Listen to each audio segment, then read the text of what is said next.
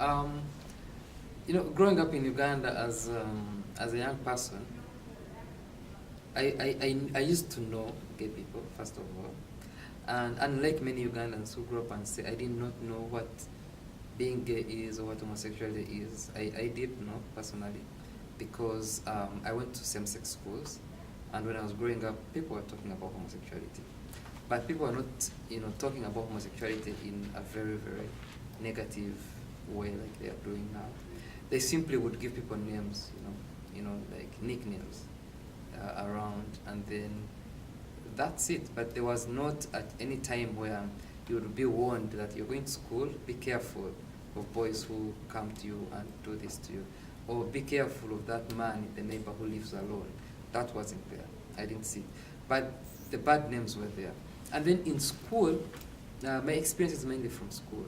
In school, there was no question. In my school, and I think around most of my schools, there was no question. If you're rumored or known to be gay, you'd be suspended or expelled, but quietly still.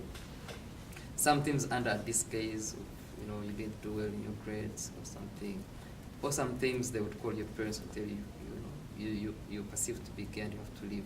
But in most cases, we would find out in holidays that the person was suspended because of being gay, but it would never be communicated anywhere. So there was very, very limited information, of homosexuality in school. And then the other thing, there were all these bad names that you wouldn't want to get as a student, as a young person. You don't want to wake up in the morning and find cartoons drawn on the blackboard about you being homosexual. You don't want to get all. There were so many derogatory names of someone who is perceived to be homosexual. But still, they were more of a joke, not like serious, more of a joke that sometimes if you got used to it, you wouldn't mind. So for me, I came out at about the age of between 11 and 14, and I didn't come out and sit down with people and tell them, you know what, I am gay. No, it was a question of being asked, do you like girls, do you like boys? And I would say I like boys. I'm attracted. I don't even say I'm attracted to boys. I don't say I like boys, but I'm attracted to boys. And then people made their own conclusions. And then more people would come and ask me, is it true? I would say yes. And some people would even make enemies on my behalf. They would come and say, oh, so-and-so said you like boys, and so I hate them. I'm like, but it's true. And the person was like, oh, really? And then I wasn't taken very serious at that time. I wasn't taken very serious. And I had my share of, having those very quiet expulsions, very quiet meetings with different disciplinary, including students disciplinary, school disciplinary, calling my parents to school. All the things happened, but most of them were rather quiet, not, And then my family, every person sort of wanted it as a secret. As long as you didn't tell the next person, we're fine. And then some people started, finding out information as if I had a disease or a problem. They would ask, if they hear of someone who has a gay son, then they go and ask, how are you dealing with your gay son? Then if they have a solution, then they come and provide the solution to me. And as a young person in Africa, this is not something you're going to refuse. You accept. And then even me, myself, at that time, even though I wanted to come out, I don't even know if I was coming out. I just wanted answers. I just wanted to be honest with myself. But the thing is, I was open to any kind of support that anyone wanted to give. Because that was me. I wanted support with anything. So if someone came and told me, we are going to take you to help you, and you start getting attracted to girls, I said, yeah, I'm up for it. Because I wanted to be like other boys.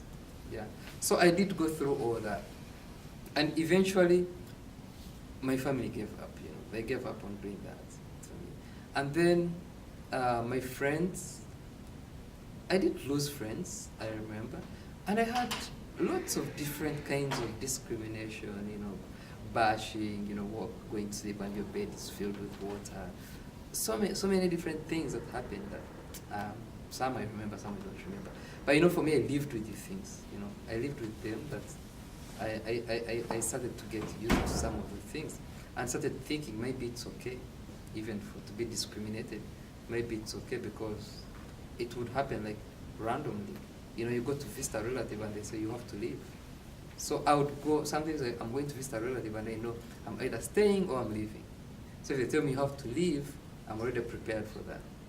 So some of the things were not new to me. Along the way, my line of work, because I started engaging so much with people and my work, maybe 11, 12 years back, and along the way, I've had similar stories. I know sometimes sharing stories with people. Someone phones me and then I go and meet with them and we share a story. That has been, some people have seen that has helped them. Some of them, it has helped them come out or deal with their own sexual orientation because the problems are similar. But for me, what actually pushed me so much into not, keeping quiet about my own sexual orientation and also what's going on was listening to worse stories. Because I've had worse stories and I've seen worse stories. Even in the same school where I was, and I'm out to my friends who like me, but they were doing evil things to other gay people. And sometimes I would get surprised and shocked. Because I still get surprised and shocked with Uganda, because I know people who will treat me okay, or tolerate me, but they will not tolerate any other gay person. They will actually beat them up. So I've seen these horrible stories happen. And for me, because of seeing these horrible stories, that's why I want to educate everyone. I think that's the thing. Actually, I think my activism should be called education. Because I want to educate everyone and talk to them until they change, until they perceive every person either the same way they perceive me or the same way they perceive any other person. But I've had worse stories.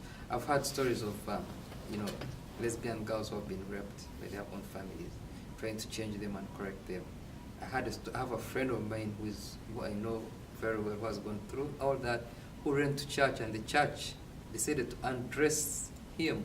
This is a transgender person, from a girl to a boy, undress him to burn out they said burn out, to pray for the male demon that was in him.